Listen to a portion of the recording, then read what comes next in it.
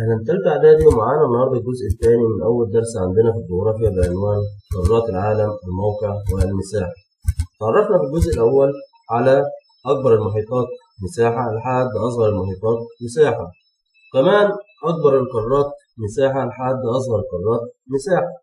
بعد كده عرفنا إن الموقع عندنا في الدراسات حاجتين: الموقع الجغرافي والموقع الفلكي. وعرفنا الموقع الجغرافي والموقع الفلكي لقارة آسيا وقارة أفريقيا وقارة أوروبا. يلا بينا نتعرف على الموقع الجغرافي والموقع الفلكي لقارة أمريكا الشمالية. أول حاجة هنتعرف عليها الموقع الجغرافي. هنيجي هنا نحط الاتجاهات بتاعتنا: شمال، وهنا جنوب، وهنا شرق، وهنا غرب. نيجي هنا في الشمال هنلاقي عندنا موجود المحيط القطبي الشمالي، المحيط القطبي الشمالي. تمام؟ طيب، بعد كده هنيجي هنا في الجنوب، هنقف ونستنى شوية، هنلاقي هنا المية عدت ووصلت بعضها تحت. قال لك لا، ده انت هتلاقي ان قارة امريكا الشمالية وانت ماشي كده لحد ما توصل لامريكا الجنوبية، ده معناه ان مفيش جنوب. امال هقول ايه هنا؟ هقول هنا الحتة ديت رايحة ناحية الشرق شوية، فهنقول الجنوب الشرقي. الجنوب الايه؟ الجنوب الشرقي. فهنلاقي عندنا في الجنوب الشرقي هنا خليج المكسيك والبحر الكاريبي. تمام؟ هنا هنقول الجنوب الشرقي، وهنلاقي عندنا خليج المكسيك والبحر الكاريبي. نيجي ناحية الشرق على ايدنا اليمين هنلاقي المحيط الأطلنطي، أما على ايدنا الشمال هنلاقي في الغرب المحيط الهادي. المحيط الهادي. تمام؟ دوت هو الموقع الجغرافي لقارة أمريكا الشمالية. بعد كده هنتعرف على الموقع الفلكي لقارة أمريكا الشمالية، فهنلاقيها تمتد بين دائرتي عرض كام وكام؟ هنا بين دائرتي عرض 7.5 درجة شمالا و83 درجة شمالا برضو. تمام؟ وبين خطي طول 10 درجة و168 درجة غربا. تمام؟ بين خطي طول 10 درجة و168 غربا. طيب، أهم حاجة عندي أعرف دوائر العرض الرئيسية اللي بتعدي في أمريكا الشمالية. في أمريكا إيه؟ الشمالية. قال لك هما اتنين: عندنا مدار السرطان والدائرة القطبية الشمالية. عندنا دوائر العرض الرئيسية اللي بتمر في قارة أمريكا الشمالية، عندنا مدار السرطان والدائرة القطبية الشمالية. طيب، في معلومات تانية لازم نعرفها عن قارة أمريكا الشمالية. أقول لك نعرف المضايق الموجودة في قارة أمريكا الشمالية. فاكرين إحنا عندنا مضيق بيرنج؟ مضيق بيرنج، أيوه. المضيق دوت اللي قلنا عليه إن هو بيفصل بين قارة أمريكا الشمالية وقارة آسيا. قارة أمريكا الشمالية وقارة آسيا هو مضيق بيرنج. هنا مضيق هيدسون. هنا مضيق هيدسون. دي كل المعلومات اللي عايزين نعرفها عن قارة أمريكا الشمالية. طيب، بعد كده عندنا قارة أمريكا الجنوبية. قارة أمريكا الجنوبية برضك هنيجي نحط الاتجاهات بتاعتنا: شمال، جنوب، شرق، غرب، ونعرف الموقع الجغرافي لقارة أمريكا الجنوبية. هنلاقي من جهة الشمال عندنا البحر الكاريبي. من جهة الشمال موجود إيه؟ البحر الكاريبي. هنا في المكان أهو البحر الكاريبي. طيب، لما نيجي هنا مش هنقول جنوب طبعا، احنا اتفقنا ان اي قاره بتكون نازله على شكل مثلث كده، ما بنقولش جنوب طبعا. طيب، بالنسبه للشرق هنلاقي على ايدنا اليمين موجود المحيط الاطلنطي، وفي الغرب على ايدنا الشمال موجود المحيط الهادي. يبقى الموقع الجغرافي لقاره امريكا الجنوبيه: في الشمال البحر الكاريبي، وفي الشرق المحيط الاطلنطي، وفي الغرب المحيط الهادي. نيجي بقى نعرف الموقع الفلكي لقارة أمريكا الجنوبية. لقارة أمريكا الجنوبية بتمتد بين دائرتي عرض 12 درجة شمالا و56 درجة جنوب. دائرتي عرض 12 درجة شمالا و56 درجة جنوبا، وبين خطي طول 35 درجة و81 درجة غربا. 35 درجة و81 درجة غربا. تمام؟ ده الموقع الفلكي لقارة أمريكا الجنوبية. طيب في معلومات تانية لازم نعرفها عن قارة أمريكا الجنوبية. قال لك هي تبدو على شكل مثلث. هي تبدو على شكل مثلث. قارة أمريكا الجنوبية تبدو على شكل مثلث.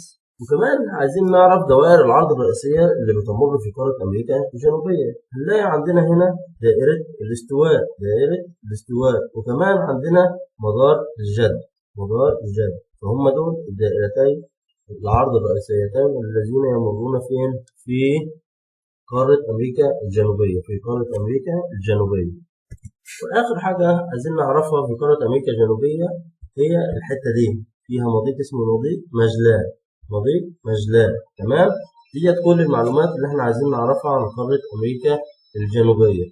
يلا بينا ندخل بقى ونتكلم عن قارة أستراليا، عن قارة أستراليا، ونتعرف على الموقع الجغرافي والموقع الفلكي ليها. أول حاجة نتعرف عليها الموقع الجغرافي. هنيجي برضه زي ما احنا اتفقنا نحط الاتجاهات بتاعتنا شمال وجنوب وشرق وغرب. فهنلاقي عندنا في الشمال موجود ايه؟ موجود بحر أرافورا، بحر أرافورا. بحر أرافورا دوت اللي بيفصلها عن جزر أندونيسيا بآسيا. بحر أرافورا ده اللي بيفصل أستراليا عن آسيا اللي بتمثلها جزر أندونيسيا. تمام؟ وبنلاقي عندنا في الشرق هنا موجود المحيط الهادي. في الشرق موجود ايه؟ المحيط الهادي على ايدنا اليمين. طيب بالنسبة للجنوب في المحيط الهندي، والغرب برضه في المحيط الهندي. يبقى عندنا موقع الجغرافي لقارة استراليا. ففي الشمال موجود بحر أرافورا. بحر أرافورا دوت بيفصل عن جزر أندونيسيا بآسيا. في الشرق موجود عندنا المحيط الهادي. الجنوب والغرب المحيط الهندي. الجنوب والغرب المحيط الهندي. نيجي بعد كده نشوف الموقع الفلكي لقارة استراليا. تمام؟ فاللي بتمتد بين دائرتي عرض 10 درجة و44 درجة جنوبا.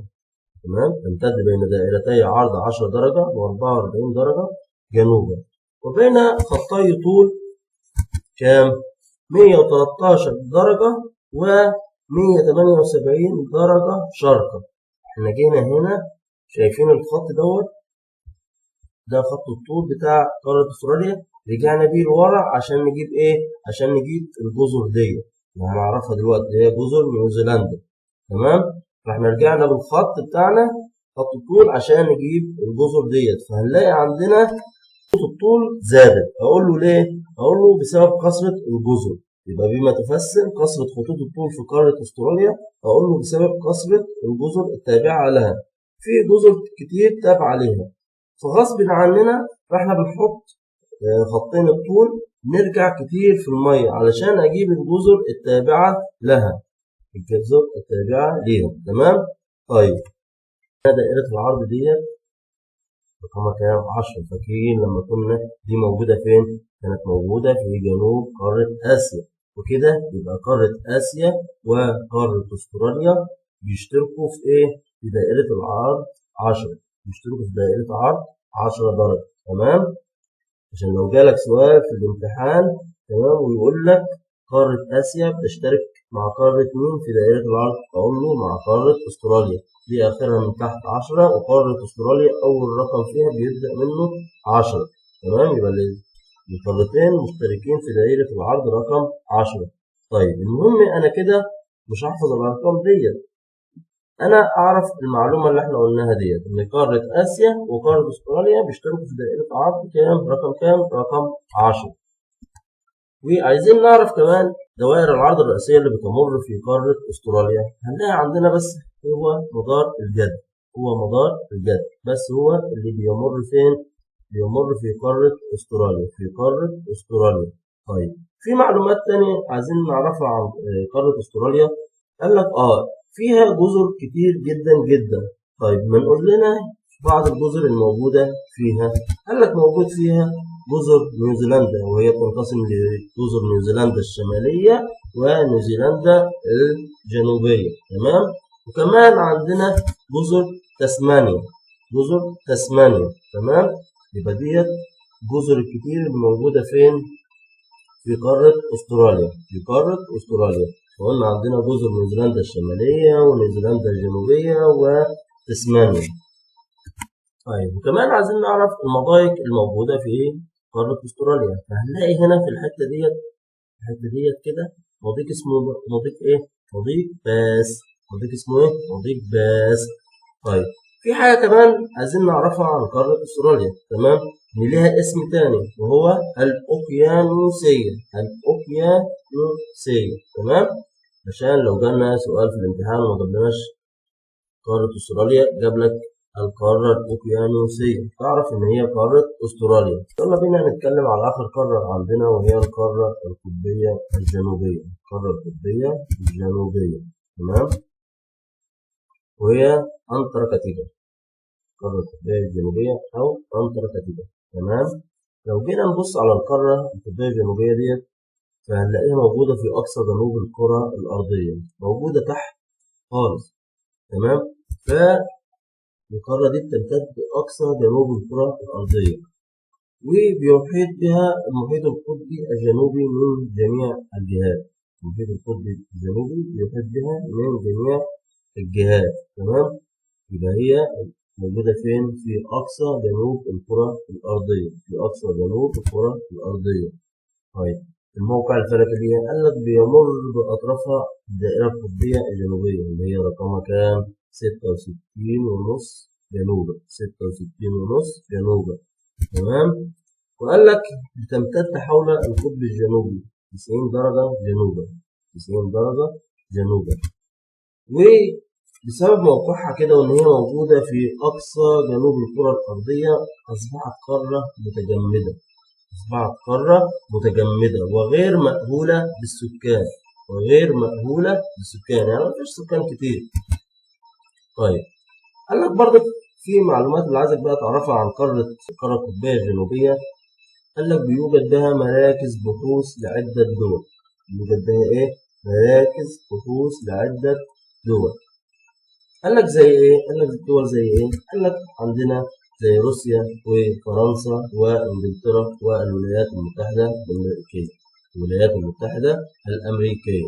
يبقى القارة القطبية الجنوبية أنتاركتيكا يوجد بها مراكز بحوث لعدة دول. زي ايه الدول ديت؟ قال لك روسيا وفرنسا وانجلترا والولايات المتحدة الأمريكية. القارة ديت بنلاقي فيها موجود فيها كل خطوط الطول موجودين فيها. لما يجي بقى يسألنا ويقول لنا ايه القارة اللي موجود فيها جميع خطوط الطول، أقول له القارة القطبية الجنوبية. القارة القطبية الجنوبية. كده نكون خلصنا درسنا النهارده. تحياتي لكم مستر مصطفى إبراهيم.